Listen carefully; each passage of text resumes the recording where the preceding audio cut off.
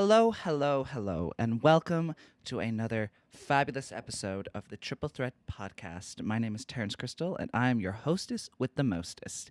Here we talk about all things arts, movies, film, TV, music, play, theater, anything you want, and I just want to talk about them. I usually have a guest, but sometimes life gets in the way, and it's just me this time. Third week in a row. Now let's get going. How are you guys? I am good. I am actually very good at the moment. I'm working away at my little job. I'm doing my auditions, hanging out with friends. It's the Christmas season now.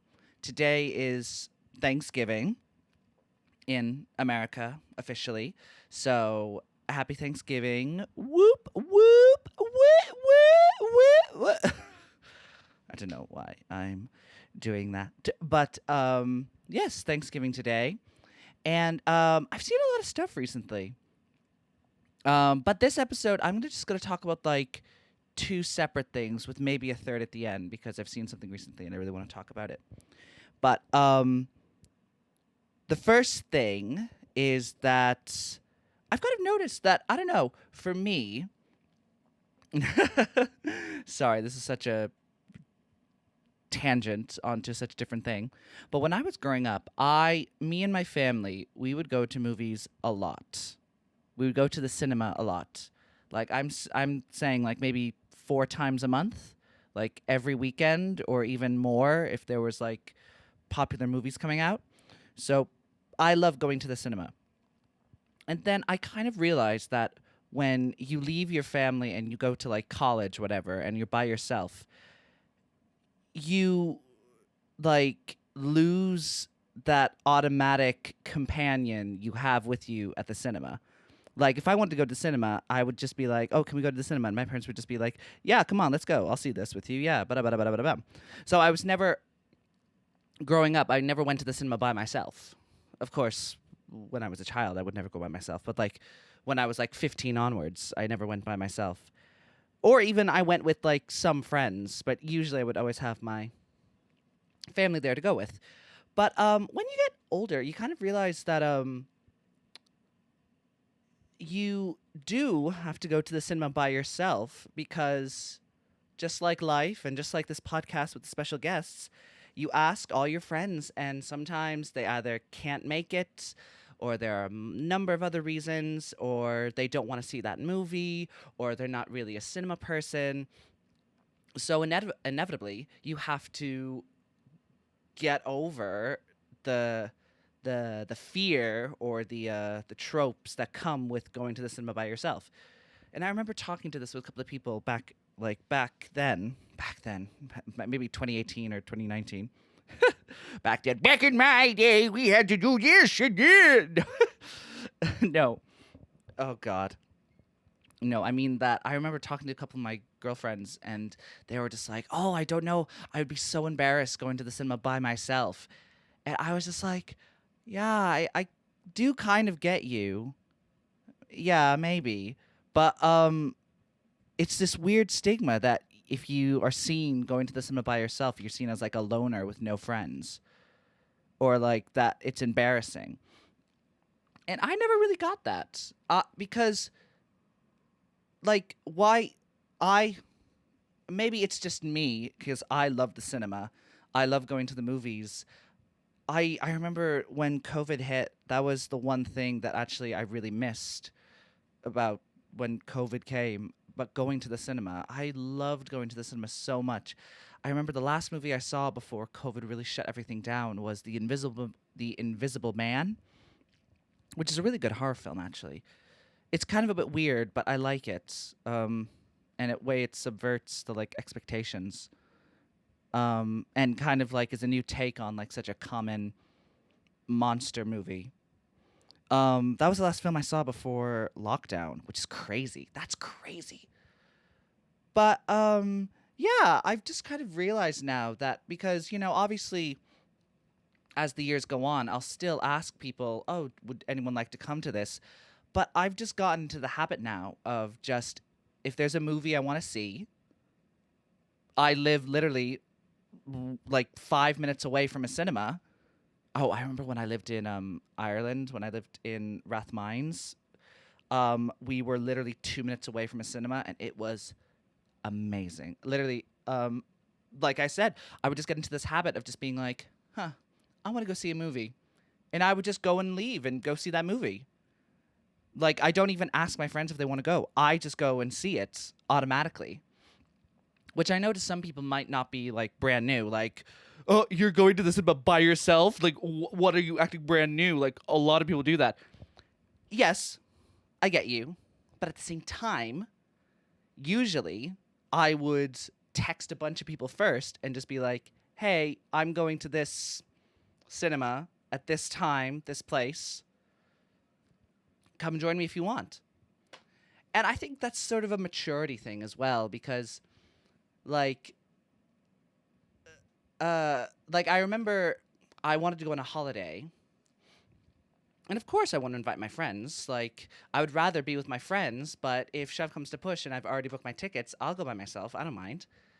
But usually what I would do is that before even buying plane tickets or booking hotels or doing anything, I would ask my group of friends and just be like, oh, here's what we want to do. Here's what I want to do. Would anyone like to join me? And if some people are just like, yeah, let's do that, then it comes to this whole rigmarole of trying to book dates or get everyone's like price bracket and trying to like, it's a whole different plethora of different factors that go in that could take ages to confirm. It could take like a month to confirm everyone.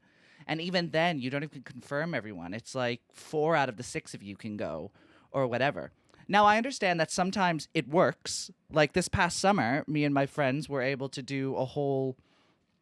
Me and like 5 other friends were able to do this whole trip to Ireland to see a show for like 3 days. We booked it all. We did it. And yeah, it took a little bit of pressing, but...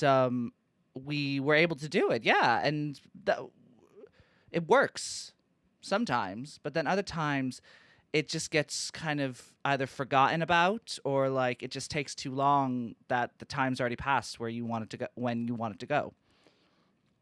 So now what I tend to do is with holidays, I'll just be like, hi gals, here's the time and date. Here's the hotel I'll be going to or hostel or whatever. Here's where I'll be staying. Here's when I'm leaving, when I'm going. Here's what I plan on doing. If you want to join me, please, you are more than welcome to join me. I would love if you to join me. But also, you don't have to join me if you can't, if you're not free that time, if you can't afford to. Whatever. I just kind of leave it open so that it like, I still get to go. I still get to go on my little vacation. I used to do that with cinemas. But now I used to be like, oh, hey, I'm going to go see... I'm going to see the Marvels at this time of day, this cinema. Feel free to join me. Now, at this point in my life, if there's a film I want to see, I just go and see it. Even if like I just go and see it. I don't even pay a thought. I don't even say. I just go, "Oh yeah, I want to see this film. I'm going to go see it."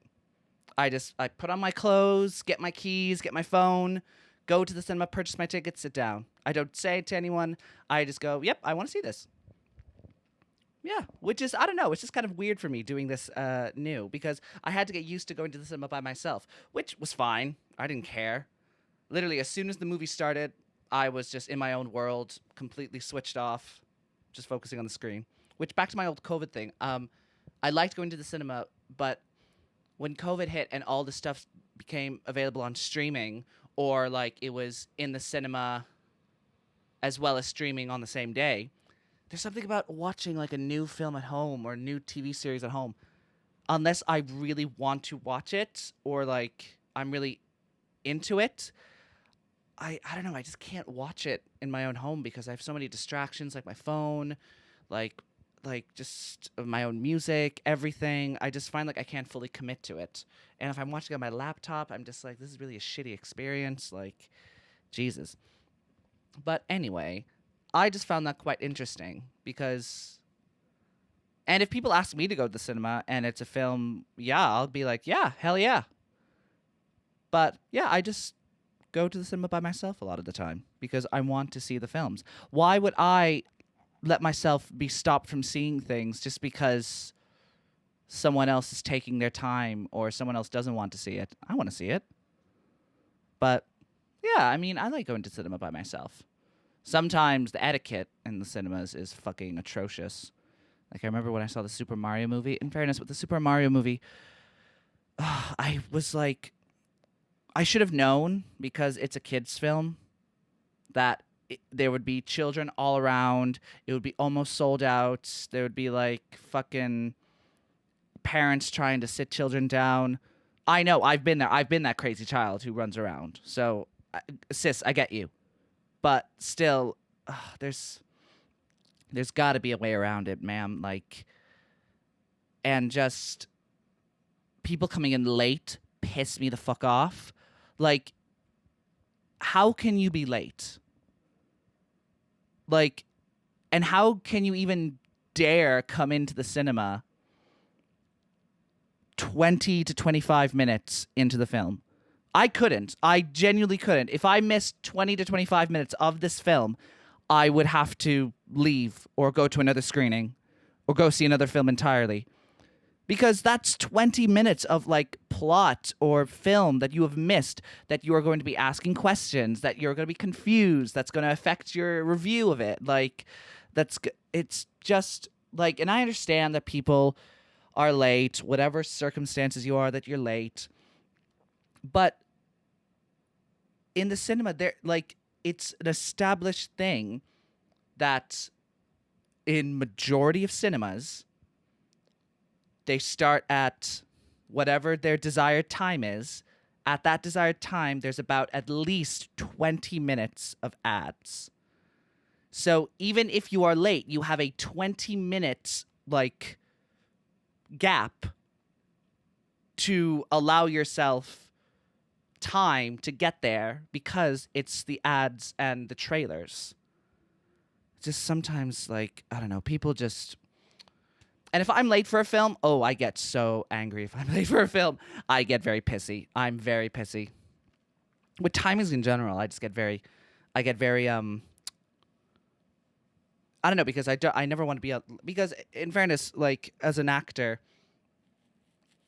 your time on set and rehearsal is very precious. So being punctual is extremely important. Even being punctual for like auditions is very important. Because you're either, if you're early, you're on time. If you're on time, you're late. And if you're late, you're fired. Which I understand there's some leeway. I understand some people, there are some circumstances where people, of course, they can be late because of their own thing. But majority of the time, you should have planned ahead. Like Christ. Anyway, that's been on my mind recently. Now, don't get me wrong. I still love going to the cinema with my friends and everything, and I love experiencing the films together with them. But it's just another, I love going to the cinema by myself. And I want to see this film, so I'm going to go see this film. So, what are we going to talk about today? Last week, I kind of went into depth about the situation with Marvel because of the whole Martin Scorsese versus Marvel thing, because I was talking about Martin Scorsese's new film, Killers of the Flower Moon. Now, I want to take a moment to actually dissect and talk about Marvel as a whole. Send whole pics. No. Sorry. That just came into my head.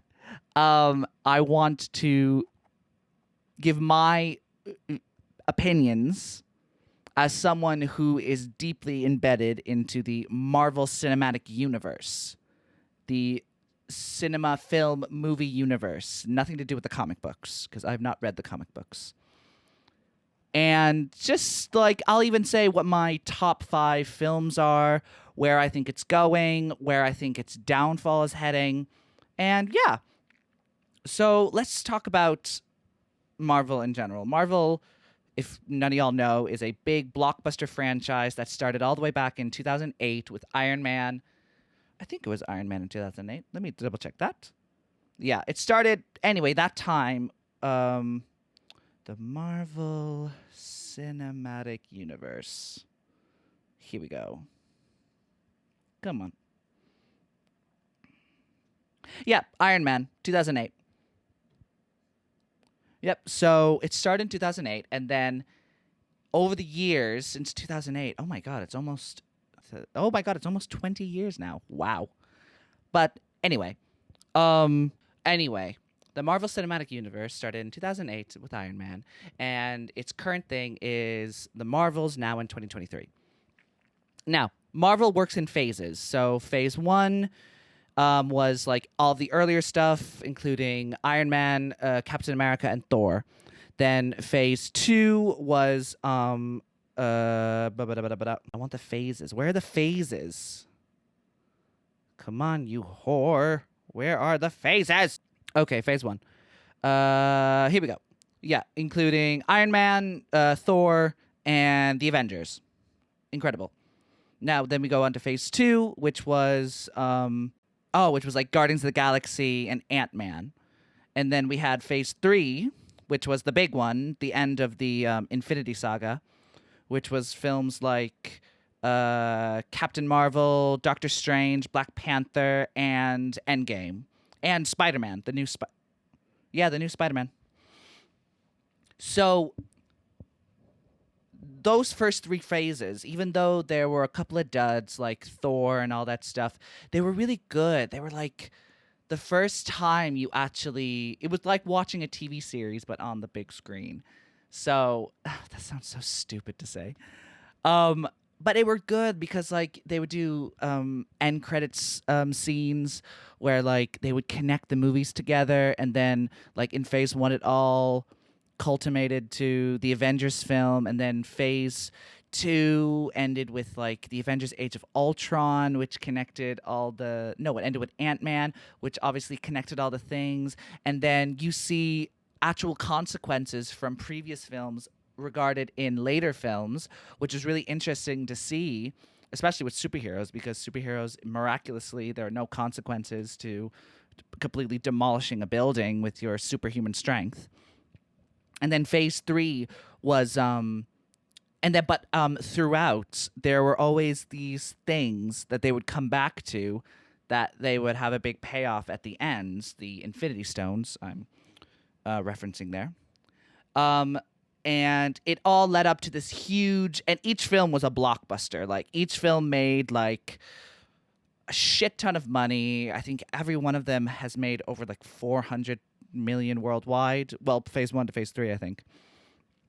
I'm not sure if that's correct, but they've made a shit ton of money. They made a bunch of profit for Disney.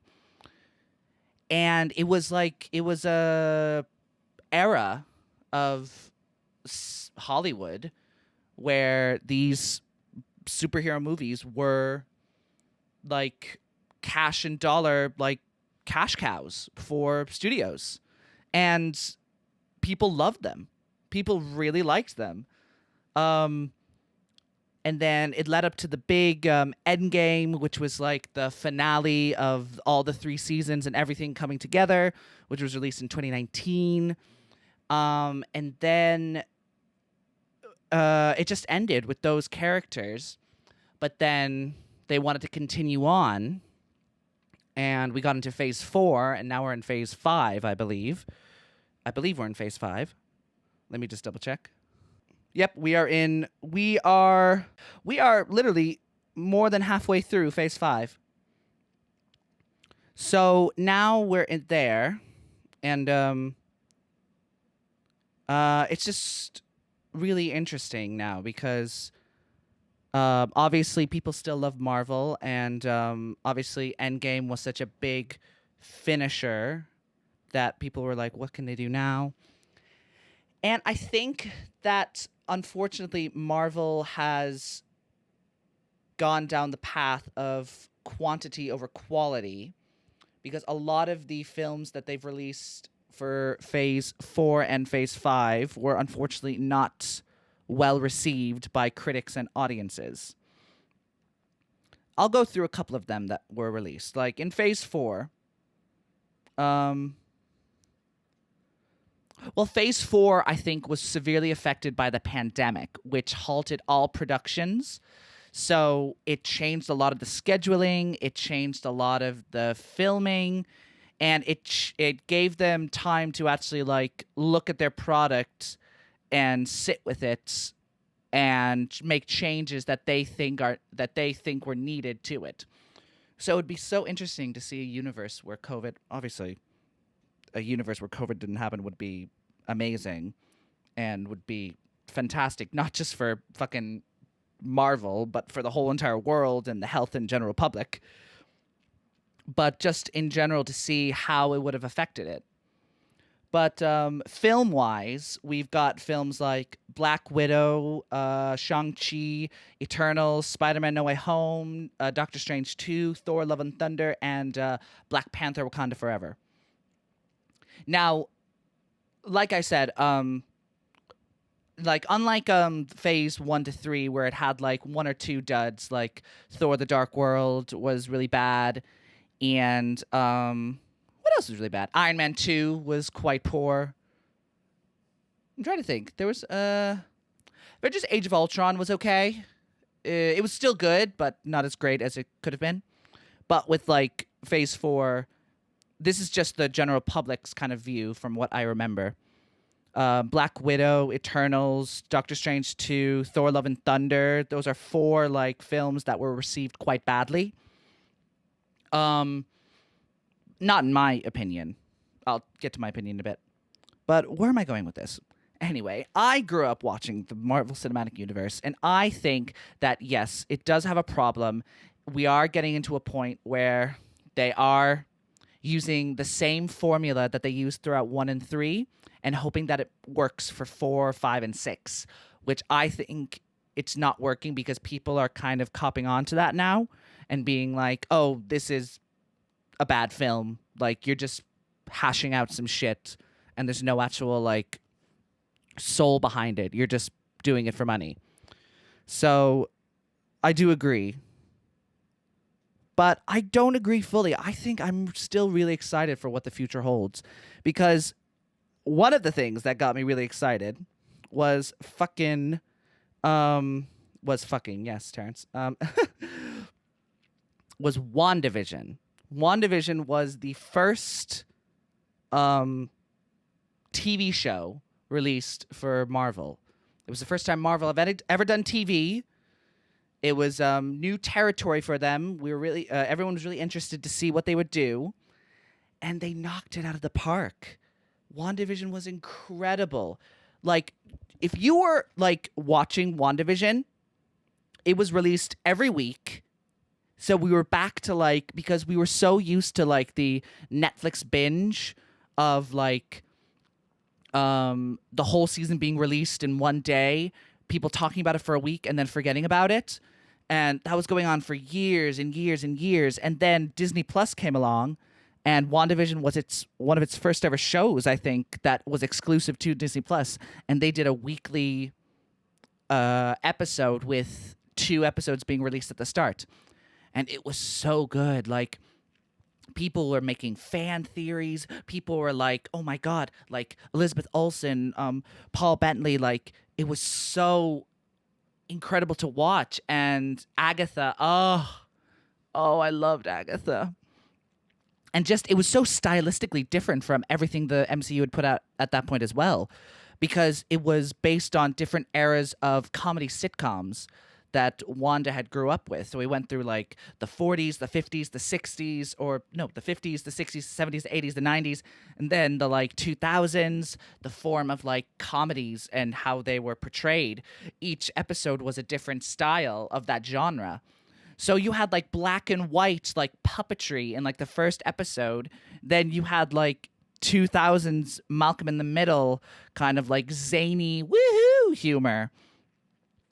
But also it was very heartfelt, and it was very character driven. And like, we really got to see the character of Wanda Maximoff, aka the Scarlet Witch. And we got to see her, how she dealt with the loss of Vision in Avengers Infinity War. And people were just like, oh, this is it. If this is the start of phase 4, this is incredible. And then it you see, I think what phase 1 and 3 did right, well, I'm not sure if they did this on purpose, was that I don't think any of the movies between 1 and 3 were like the peak or like the best of the best. Maybe Black Panther almost got there, and maybe Infinity War as well, and maybe the first Guardians of the Galaxy. But when you got to Endgame, it was like the best of the best. Do I think it's the best movie out of them? No. But with the fan service and bringing everything together and just the spectacle of that moment, it was, holy shit, this is top tier Marvel. So I think Marvel's downfall was releasing one of their best works at the very beginning, then having everyone compare it to that was the downfall because nothing could live up to it. And they started good. They had WandaVision, they had Falcon and the Winter Soldier, they had Loki, they had Hawkeye, which was fun, and then then they had What If, which was okay, and then they had Moon Knight, which was it was good, it wasn't great, and then they had She-Hulk, which I found funny, but a lot of people didn't. So I think they're finally starting to see, because unfortunately the box office for their last couple of films has not been good. Like I think the Marvels just came out with a very low box office. Ant-Man, even though it opened very high, it really went down. Ant-Man 3. And they're trying to build up to something that was supposed to be better or badder than Thanos in the first 3 phases, but they haven't really developed it yet. So I think they just need to find exactly what they're doing. They need to find what they are doing. They need to be concrete and then just roll with it, because I think they're kind of throwing arrows into different dartboards and seeing which one has the best reaction. But so far, I actually think Phase 4 and Phase 5 is not that bad. Like I said, the TV shows I really liked. I loved WandaVision. Falcon and the Winter Soldier was good. I thought Falcon and the Winter Soldier, it was a very good setup. It dealt with extreme themes that were never really dealt with in the MCU, which I'm glad they dealt with. It gave insight into characters that I really liked, like Bucky's whole arc, and then even Sam's whole arc in Falcon and the Winter Soldier I thought was really good. However, the ending did kind of shit the bed. People can say that about WandaVision as well, because WandaVision, the ending was just a big CGI battle. But I don't know, I felt like the ending made sense. There were a couple of little plot points thing that they kind of threw under the rug to make up for time. Like the whole Ralph Boner thing was stupid. Because, I don't know, I felt like they should have done something with that, because then that would have introduced the whole multiversal thing of Agatha pulling out the Evan Peters from the X-Men universe as Quicksilver for this. It would have been amazing, but they didn't do that, and that's just shite. But still, the whole arc of WandaVision was quite good. Loki, I thought, was very good, very interesting. Season 1 of Loki was excellent from the beginning until the end. And then I actually haven't seen Season 2 of Loki yet. I have to watch it. But I hear it's very good. And then What If was all right. 2 or 3 of the episodes are good out of 9, which is bad. Then Hawkeye was fun. Hawkeye was cute. Love the introduction of the young Avengers coming in. Then Moon Knight was good. I feel like they need to bring back his character because he acted the shit out of that part. Although the way they handled some of the fighting and action sequences by him fainting and not remembering it was kind of a cop-out. Then Miss Marvel was a lot of fun. I loved Miss Marvel. I thought it was so fun and so endearing and such a different artistic direction for Marvel, which was so refreshing. And then She-Hulk, I thought She-Hulk was good. It poked fun at its own superhero tropes. But then again, I did think it took too long to get to that point. It took like 4 episodes until the actual plot started to roll. So I was like, when I was in episode 4, I was just like, okay, I'm kind of bored. And then the films of Phase 4. Oh, the films of Phase 4 were like, I think gold. Well, no. Black Widow was okay. Black Widow. I feel like Black Widow should have been made 5 years ago. It should have been something because at that point, 5 years ago, Black Widow was a beloved character who we love, who unfortunately had to die in Endgame because we needed characters to die for some reason. But her death, I liked her death in Endgame. It was quite harrowing and quite a lovely scene. But I felt like this film should have been earlier. And it does set up her sister. It set up her sister nicely to the Hawkeye series, which was a really fun little turnaround thing. And Florence Pugh is amazing. I love Florence Pugh. Shang-Chi was excellent. I thought it was a really good superhero movie, setting up his character. The villain was excellent with the dad. However, it did have the classic Marvel CGI monster battle at the end with a random thing. So, it was cool to look at, but it was kind of a bit like, oh, okay, he's fighting a giant CGI dragon. Class. Eternals wasn't bad. Eternals was just boring sometimes. I don't think Eternals knew what it wanted to do. I loved it visually, and script-wise, I thought it was actually a very deep dive into the psyche of these superheroes. Like them questioning their immortality and them not wanting to and being stuck in the bodies that they are because they can't age. So, and then having them fall in love with each other and dealing with the existence of humans and how they reacted to Thanos' snap and how half the world was eradicated and these superheroes came and these godlike beings have been here for millennia. I thought that was good, and I liked the art direction as well. But however, it was just a bit like, okay, is there anything else? And it did introduce characters that have sadly not appeared ever since. And then we get to Spider-Man No Way Home, which was a knockout. It was incredible. Spider-Man No Way Home was just aces. Then we have Doctor Strange 2, which I'll get on to more later. Then we have Thor Love and Thunder, which was just shit. Just bad. There's no other words for it. It was just bad. Thor Love and Thunder was like, this is Marvel at its worst. Like, this is just bad. Then we had Black Panther Wakanda Forever, which if the villain was better, it would have been the same standard as the first Black Panther. Because I loved the action sequences. I loved the script. I love how they dealt with Chadwick Boseman's passing. I loved the reaction of, it was just a focused story on Wakanda and the people in it. It had nothing to do with the other MCU stuff. There was a couple of things that they tried to get in, but they gave it very little time, which I thought was good.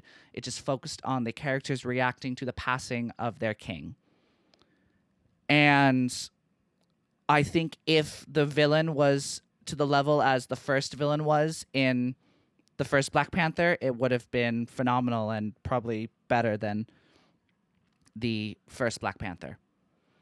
But sadly, the villain I thought was just a bit like, his intentions were right. His intentions were good as to why he was attacking. But I don't know, there just wasn't much of a draw to him as I was to other villains. Like I understood exactly why the villain in Black Panther, the first one, did what he needed to do and why he wanted to do it. Like it was built up, and you're like, oh yeah, oh I actually kind of agree with him. When you're agreeing with your villain, that's when you know you have a good villain. But anyway, and then we get into Phase 5. Phase 5, the only good one so far has been Guardians of the Galaxy 3. Guardians of the Galaxy 3? Yeah. Guardians of the Galaxy 3 was excellent. Was very good. A very, very, very good film. Just a really all-round good film with great characters, great plot, and great villain as well. And just a villain that doesn't need a big backstory, but just a villain that is so evil, like that it doesn't need a reason. It's just so evil without any reasoning. It's just evil. Just mad and evil, which is great. But I'm gonna still buy a ticket for the next Marvel film because I feel like if I hold on long enough, I'll reach a moment where I'll just be like, yes, amazing.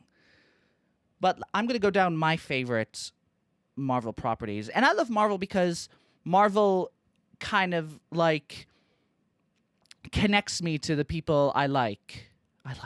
To the people I love. Like I remember seeing Black Panther with my dad, and we both loved that film.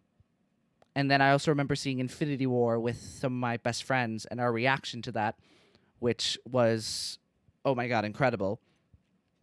And I saw, Endgame with those same people. And it's an experience you have together of like fun and like, oh my God, what the fuck? Oh, fuck. Oh my God. And it just brings you together. Like, I know all movies do that, but this is special because like you have 10 years of films leading up to this, so you can like discuss it and do this and that. And yeah, I really liked Marvel. But my top 5 Marvel films, I think at number 5, this might be quite, I'm going to keep it to films because if it's film and TV, then I think WandaVision would be obviously my number 1. I love WandaVision. I love Wanda as the character. She's one of my favorite characters. But at number 5 for just films is going to be maybe quite controversial. I'm going to say Doctor Strange 2. Now, I know people like to call it Doctor Strange and the Multiverse of Midness because of how mid it is. And I do agree with some people that the script is not good. The script is not good, but I don't care. The way in which Sam Raimi like put his creative twist on Marvel superhero was incredible. Like his design, his direction, his style was so refreshing and so tantalizing to watch. From the boring gray, almost like random CGI thing with magic and all that stuff, like wah wah wah. This was such a fresh look to my eyes. And I love what they did with Wanda, even though some people disagree. I think that it was actually the correct way to go because Wanda has the Darkhold. Of course, she's going to turn crazy and try and kill everyone. Like literally the last scene of WandaVision is her going mad because the Darkhold is corrupting her.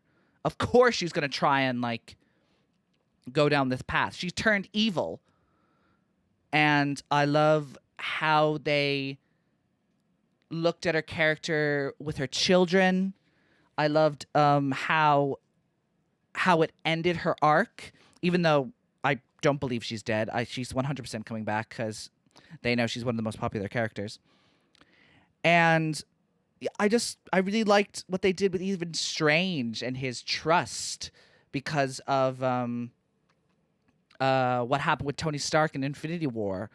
I think even though he knew, there was still like a trusting thing that, or are you happy like in this world because people are mad at him because he's the one who gave the Infinity Stone to Thanos. So people like died technically.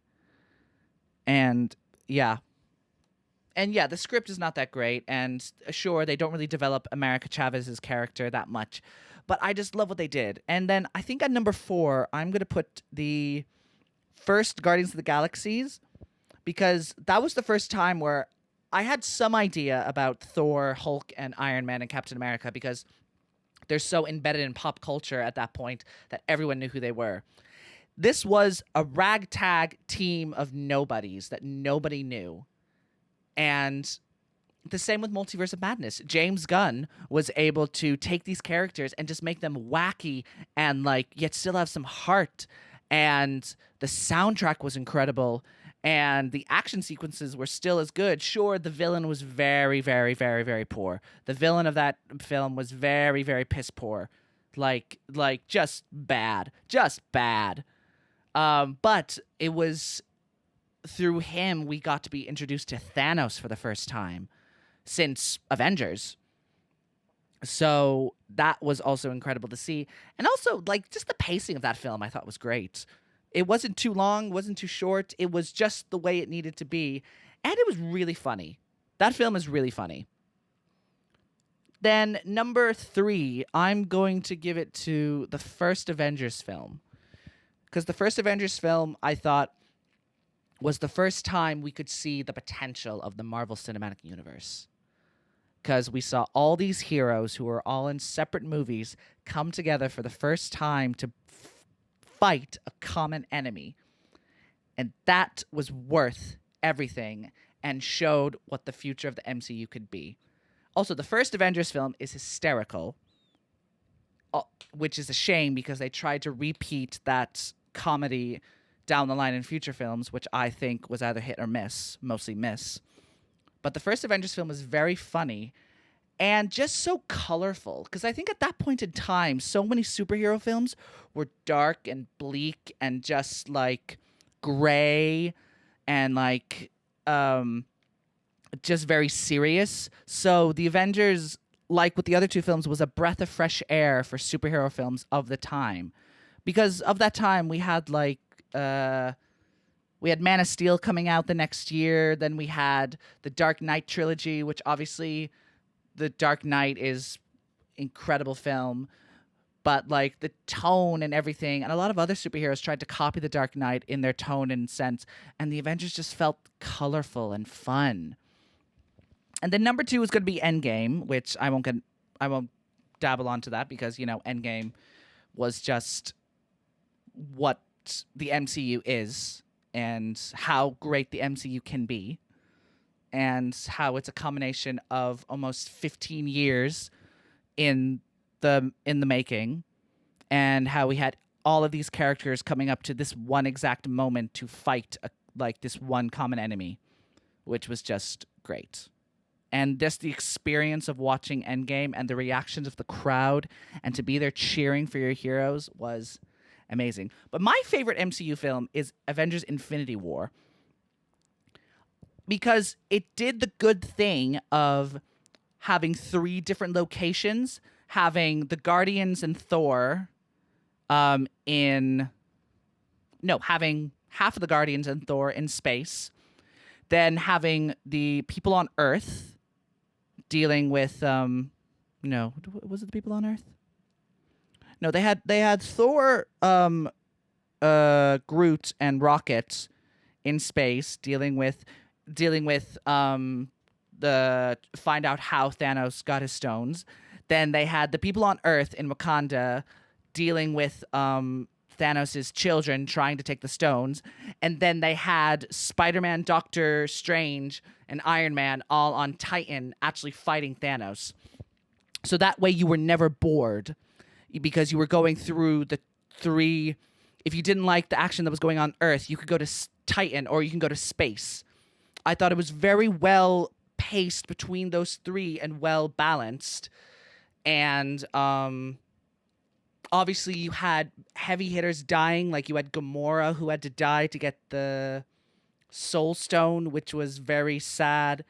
And then you had the iconic snap at the end of the film because Thor tried to kill him, but he didn't go for the head, which is a brilliant line. And the snap that killed half of the Avengers. Now, obviously, if you know the game plan for films and cinema, and especially the Marvel, you knew that they weren't dead. You knew that this was a cop out, like a fake death, just to get you more involved.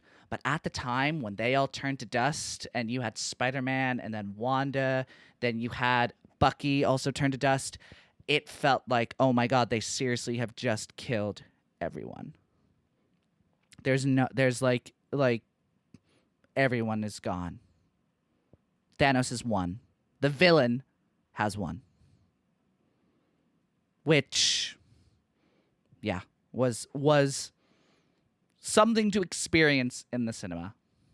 That was fucking, that was intense. And I loved it.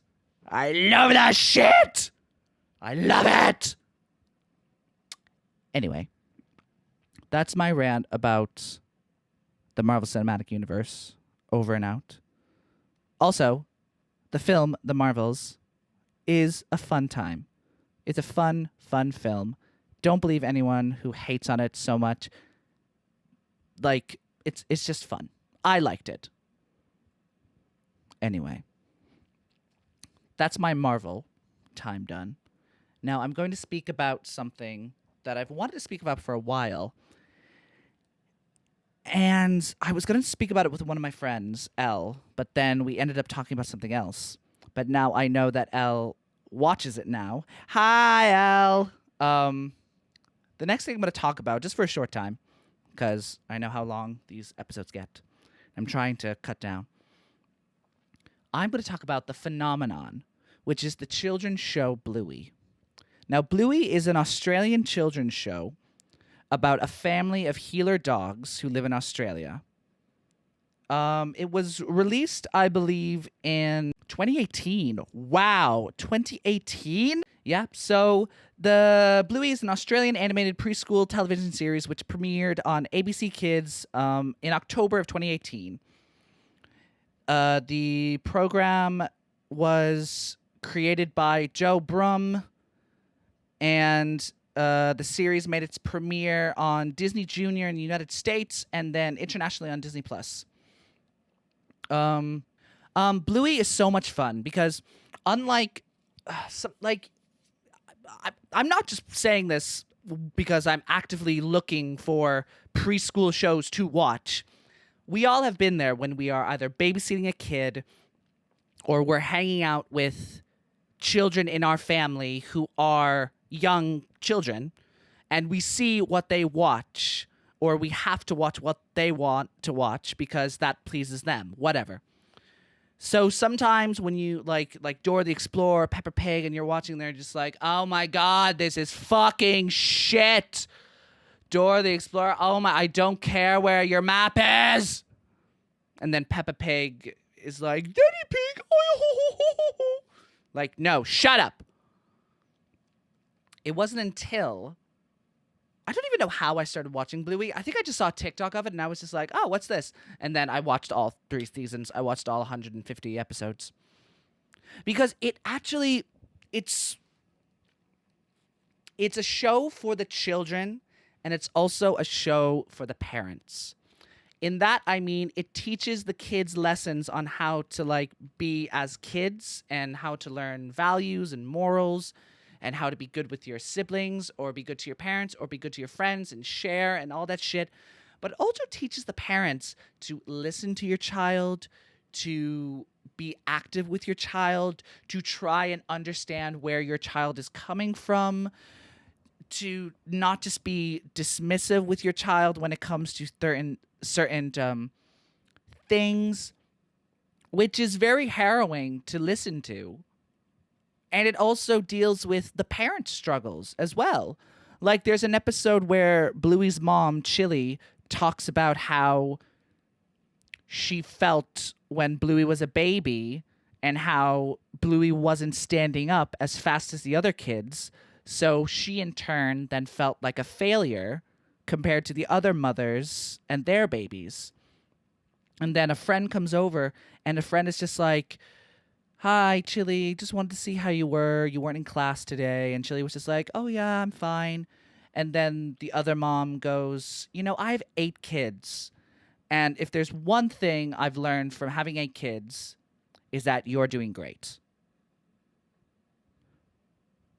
To the mother, which is something I've never seen in a children's film, going to the mother or to the dad or whatever and just being like, "You are doing a good job. Don't worry.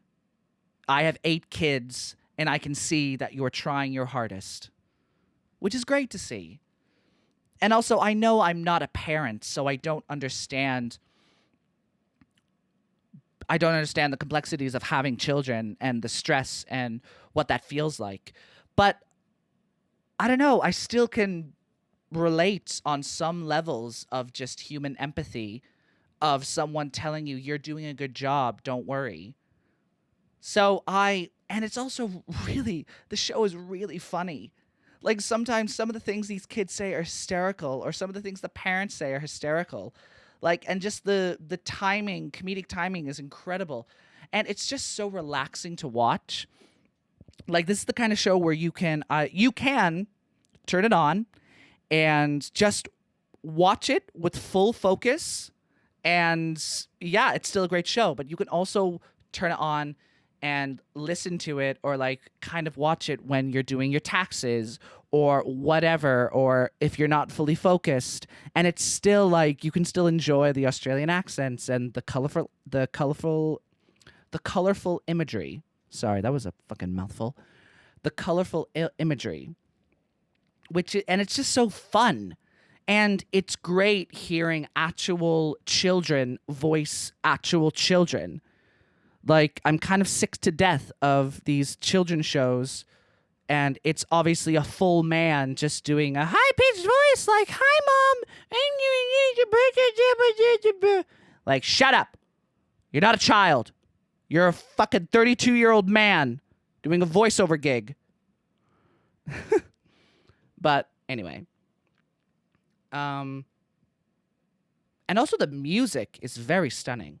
It's like adaptations of certain classical music, like some Mozart, some Baroque era stuff.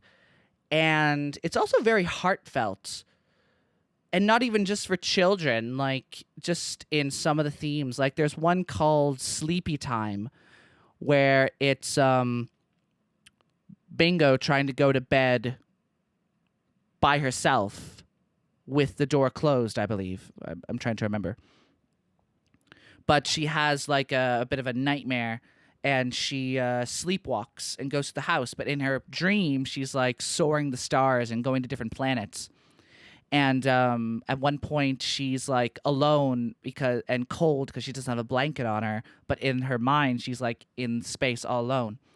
And then the mom comes in and like gives her a hug, and it's just like, "Don't worry, I'll always be there with you, even if you can't see me." Which is a very good